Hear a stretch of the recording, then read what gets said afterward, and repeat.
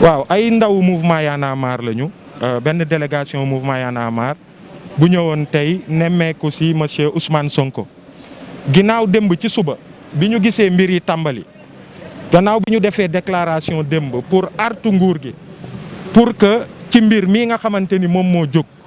ñu bañ a jël suñuy institution bañ a jël suñu justice ak suñuy force de l'ordre utiliser leen pour casser opposition utiliser leen pour casser toute voix discordante bi nga xamante ni àndul ak li nga xamante ni nguur gi moom lay défendre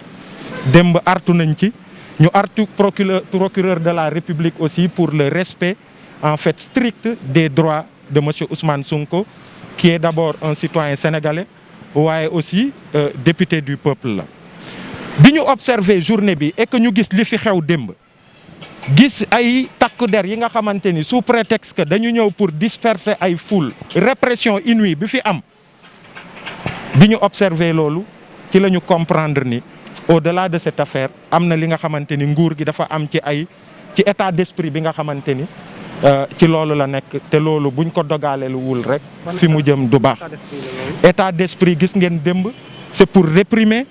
état d'esprit déjà de manque de sérénité wu nguur gi ci li nga xamante ni moom la ñu doxal démb ils ont donné le ton et que bépp citoyen sénégalais que ngay mouvement citoyen wala ngay parti politique wala ngay juste citoyen sénégalais boo seetaanee loolu di nga xam nguur gi fi mu jëm ils veulent décourager toute velléité contestataire fexe ba comme niñ ko defee woon ak Karim Wade gis nañ ko fi gis nañu niñ fi def ak Khalifa Sall fexe ba utiliser force publique bi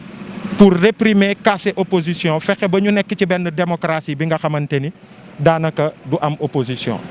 loolu nag moom la ñu constaté face à ce constat nag ñaari mbir la soit dañuy seetaan observer en observateur soit nag ñu gis ni au-delà de Ousmane Sonko il s'agit de la démocratie sénégalaise bi nga xamante ni fépp ci Afrique ñu ngi koy bàkkoo waaye tey jii nii boo ñëwee nga gis kii di leader de l'opposition sénégalaise mu nekk presque en situation de résidence surveillée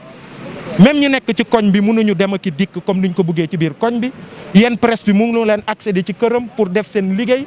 ñun gis ngeen bi ñu ñëwee pour dugg si ni mu demee avec les policiers à la limite ils ont voulu nous ci wax ju ñagas wax ju metti bugg intimider nit ñi pour que ñu bañ fa accéder ci suñu insistance moo tax ñu mën a accéder kër Sonko loolu nag ça n'honore pas le Sénégal ça n'honore pas notre démocratie képp ki nga xamante ni da nga jàpp ni cette façon de nous gouverner bi nga xamante ni lu mel ni mouvement Y'en a marre depuis 10 ans on se bat pour les mêmes causes bu ndee dañu jàpp ni rek loolu dafa war a jeex je pense que c'est le moment de se dresser encore une fois au-delà de Sonko mais il s'agit de notre démocratie et que képp ki nga xamante ni démocratie wu Sénégal jaral na la nga xeex boobu ba tey yaa ngi ci c'est vraiment le moment de se dresser pour que jalon yi Macky Sall nekk di poser ñun ñëpp ñu gis fi mu jëm ah. mu bañ a jàll waay. ñun ñëpp ñu gis fi mu jëm mu bañ a jàll. et su boobaa il faudra que ñu organiser wu. ñu mobiliser wu. Ousmane Sonko est très serein dugg nañu gisee nañoo ak moom pendant 1 heure de temps discuter nañu mu ngi dal mu ngi ànd ak sérénité et dal boobu ak sérénité boobu la ñuy conseiller à tous les Sénégalais yi nga xamante ni jàpp nañu ni war nañu jóg ñu taxaw pour que ñu bañ a salfaañe suñu démocratie ak suñu état de droit. Macky Sall c'est-à-dire bu mu créer les conditions de brûler ce pays. Voilà. li fi am démb bu continuer il va brûler ce pays et il sera le seul responsable de tout ce qui se passera. ñun dañu toog di observer di seetaan mouvement citoyen la ñu. mais bu ñu fexee bu ñu jógee ba takk suñuy dàll ñu ñëw tey parce que xam nañ ni nguur gi état d'esprit bi mu nekk ils veulent semer le chaos dans ce pays ils veulent étouffer l'opposition ils veulent faire en sorte que réew mi mu doon benn démocratie bi nga xamante ni du am benn opposition c'est à Macky Sall qu'il faut s'adresser pas à ces jeunes là jërëjëf merci beaucoup